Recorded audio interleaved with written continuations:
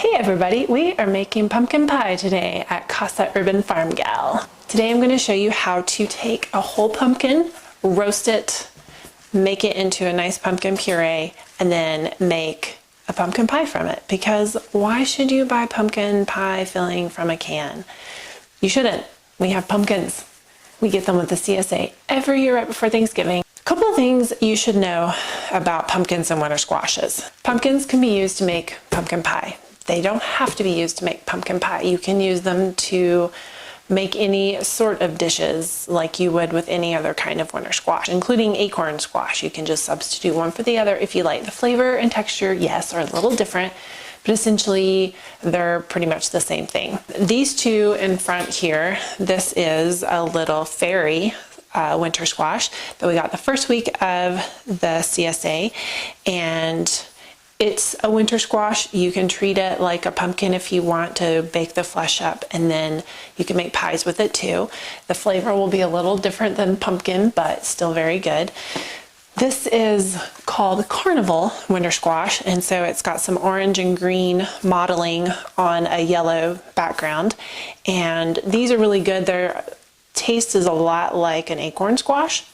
So they're a little more yellow in color as opposed to the bright orange that you would get with a pumpkin. But again, you can use it similarly.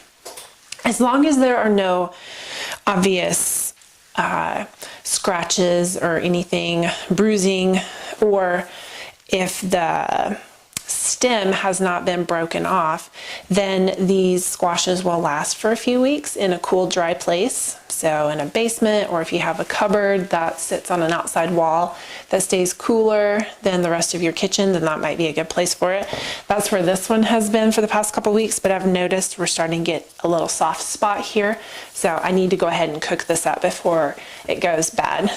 This one is looking good still. It's got a nice firm outside, and I don't see any little imperfections on it. So this one should store for a few more weeks yet. Today, I'm going to be cooking up the big pumpkin so that I can make pumpkin pies, and there's a lot of pumpkin flesh in here, so this is several pies worth. I'm really only going to make one or two for Thanksgiving this week, so I'll probably freeze the rest of the flesh. And then this little one, because the stem was broken off when we got it, this will not store for a long period of time.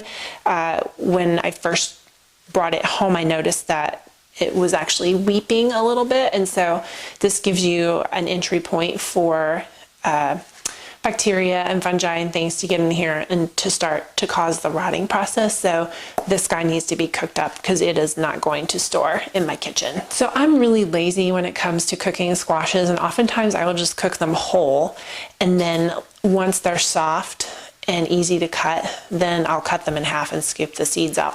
So that's what I'm planning to do with both of these today. So I have two baking trays. Because they're so different in size, this one is obviously gonna cook a lot faster than the bigger one. So I'm gonna put it on a small tray, and then we'll put the big one on this bigger tray. And that way I can cook both of them on the same shelf in my oven, and this one will probably only take about a half hour. I'll check on it and see. And the way you can tell is just take a large knife and pierce the skin. And if it's a really easy piercing to get all the way through to the center of the squash, then you're good. I'm cooking them at 350 degrees Fahrenheit, so I'm not in a hurry to cook these. If I was in a hurry, I would bump the temperature up to 375. Okay, so while my pumpkins are baking in the oven, I'm going to work on making a pie crust. Since I have a vegan friend coming over for Thanksgiving, I'm making almost everything vegan as much as possible, which for the most part is pretty easy to do. Instead of using butter or lard for the crust, I'm going to be using coconut oil and a little bit of vegetable oil. So really, that's not a big deal, and the crust will taste pretty much the same. So I'm using about 1/3 cup coconut oil. I'm going to add 2 tablespoons of vegetable oil. And I'm not even going to measure these, just kind of estimating. In total, the amount of fats that you want is about a half cup. So if you want to just use butter, use a single stick of butter with 8 tablespoons in it, and you'll be just fine. To this, I'm going to add a tablespoon of sugar.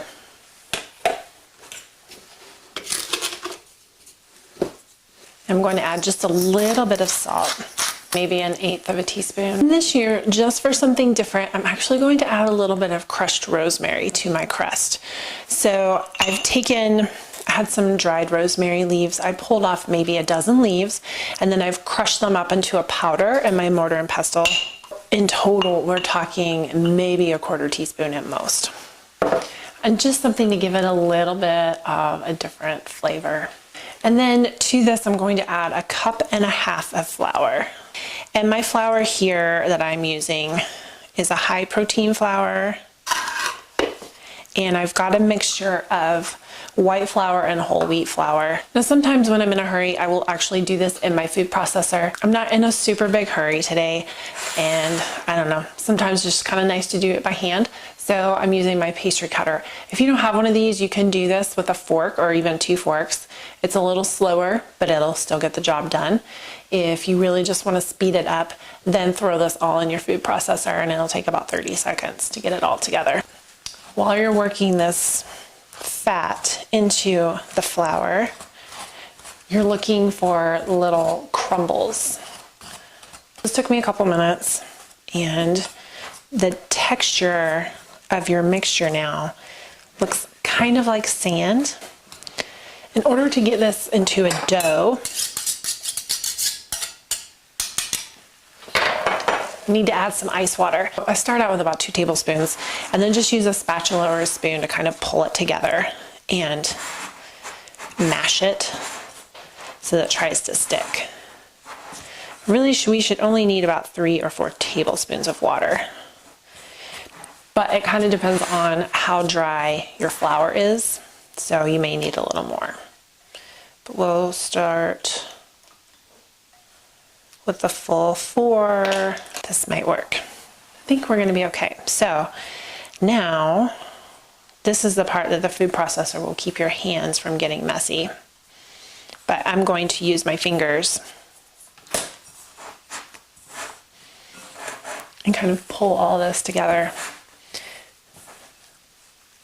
You don't want to overhandle your wheat flour. The gluten will develop and then it'll be tough. So you want to just kind of work this just enough to pull everything together so that it stays into a nice ball. I'm going to add another 1/2 tablespoon. I'm just going to kind of gather it into a ball, kind of roll it together in the bowl, pick up all the stray pieces, and just kind of firm it together into a ball. Okay, so I have my piece of plastic wrap, and I'm just going to set the ball of dough in the center and then loosely cover this. And then I'm going to take my hands, I'm just going to smash it down so that it forms more of a disc that's maybe 4 or 5 inches wide. And when I do this, I like to push the ends together to keep it from crumbling along the edge. Fold the ends under so we have a nice flat disc of dough. Put this in the refrigerator 20 minutes. Okay, we are ready to roll out the pie crust. I have a little mat here that I use for rolling out pie crusts and stuff. So I'm gonna throw just a little bit of flour on there. Keep it from sticking. And then I like to keep the plastic wrap on top of my pie crust when I'm rolling it, just to keep it from sticking to my rolling pin. Also keeps my rolling pin clean. So start from the middle, roll out to the edges, try to keep it as round as possible. And if you notice that it starts crumbling around the edges, then just kind of mash it back together. All right, this is plenty big, so what I'm gonna try to do is like stabilize all my edges, just like push them together, and then I'm gonna see if I can flip this over this way, peel it off the mat. So now that it's on my plastic wrap, I just take this, flip it into my pie plate, like so. This is where I get to fiddle with it, and so you can kind of move it around, push it down into the plate.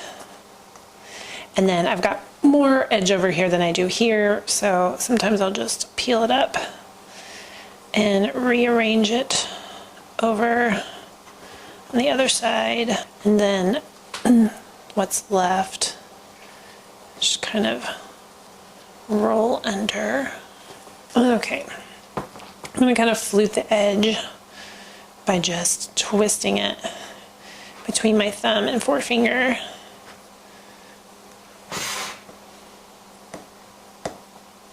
Now, I will just take this plastic wrap, place it back over the pie crust. I'm going to push it down into the shell to keep the air from getting to it. I'm going to take a second piece because I'm a little short on the edges here. Okay, I'm going to put this in the fridge until we are ready to do our filling. So here's my little baby pumpkin. It just came out of the oven. It actually took almost an hour to cook this thing at 350. So the larger one I think is going to take at least 2 hours. So usually what I do when I'm not in a hurry is throw it in there, let it bake, and then once it's finished and I turn the oven off, I just leave it in there. But this is the one I'm going to use to make the pie for the pie crust that's in the refrigerator now. First we have to let it cool completely and then we can work with it. So that's what we're doing. Now I get to just go read or make my Thanksgiving grocery list or something. Okay, now that my pumpkin is fully cool, we are going to extract the seeds and then I'm going to run it through my food mill in order to make it nice and silky smooth for making a pie. So once your pumpkin is completely cool, all you have to do is cut it in half. Have yourself a little bowl and a spoon, and you're just gonna scoop the inside of this out. And because it's been cooked, all the strings and everything that attach to the seeds will come out very easily. There we go, there's the inside, all nice and clean. So now I'm just peeling the skin off of the pumpkin, and it should peel right off once it's been cooked. Voila, here's half a pumpkin that has been completely seeded and skinned. So I'm just going to put it inside my food mill. And I'm going to go ahead and make my pumpkin pie tonight. And then I'm going to freeze it. Maybe. Or maybe I'm going to try it and probably eat most of it before Thanksgiving and then have to make another one. I don't really know yet. Wash my hands. So I've got half of my pumpkin in my food mill. I'm going to process it into this large bowl and then I'm going to measure out 2 cups, which would be about equal to a 15-ounce can of pumpkin puree. So I'm using the finest setting on my food mill. You can also use a blender or a food processor or a hand mixer, or you could just use like a potato masher to mash it up, but I thought this would be a nice smooth way. And then scrape all this off. It's preheated. And this might be about 2 cups. We'll see. All right, there's 2 cups. Okay, 2 cups of puree back into my bowl. Since I'm making it vegan, I'm not using any eggs and I'm not using any dairy milk. So you can use ground flaxseed as an egg substitute. So I've added 1 tablespoon of ground flaxseed and I've mixed it in with 2 tablespoons of water. It's been sitting for about 10 minutes. So it kind of turns gelatinous and it's gonna act as a binder. I'm gonna add about 2 teaspoons of cinnamon here.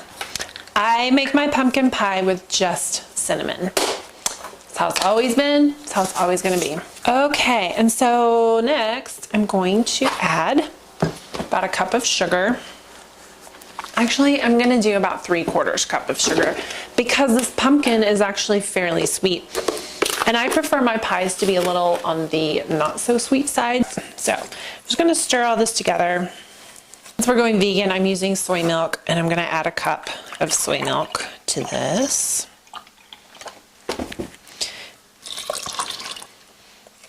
All right, this looks to be about the consistency that I'm used to with my regular pumpkin pies. I've never made vegan pumpkin pie before. This is all new to me. And to help it rise just a little bit in the pie crust, I'm gonna add a little chemistry.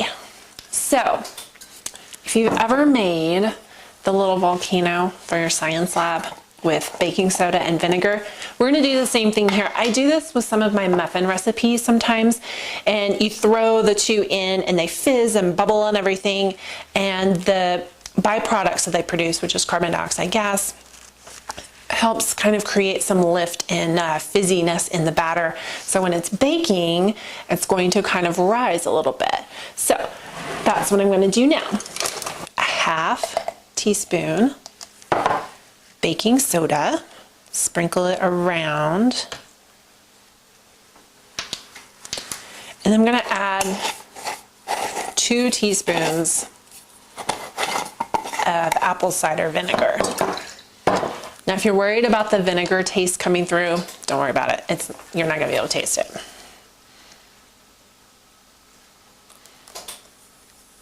It's starting to fizz. And so you wanna stir this in. It's fizzing, fizzing, fizzing. Awesome.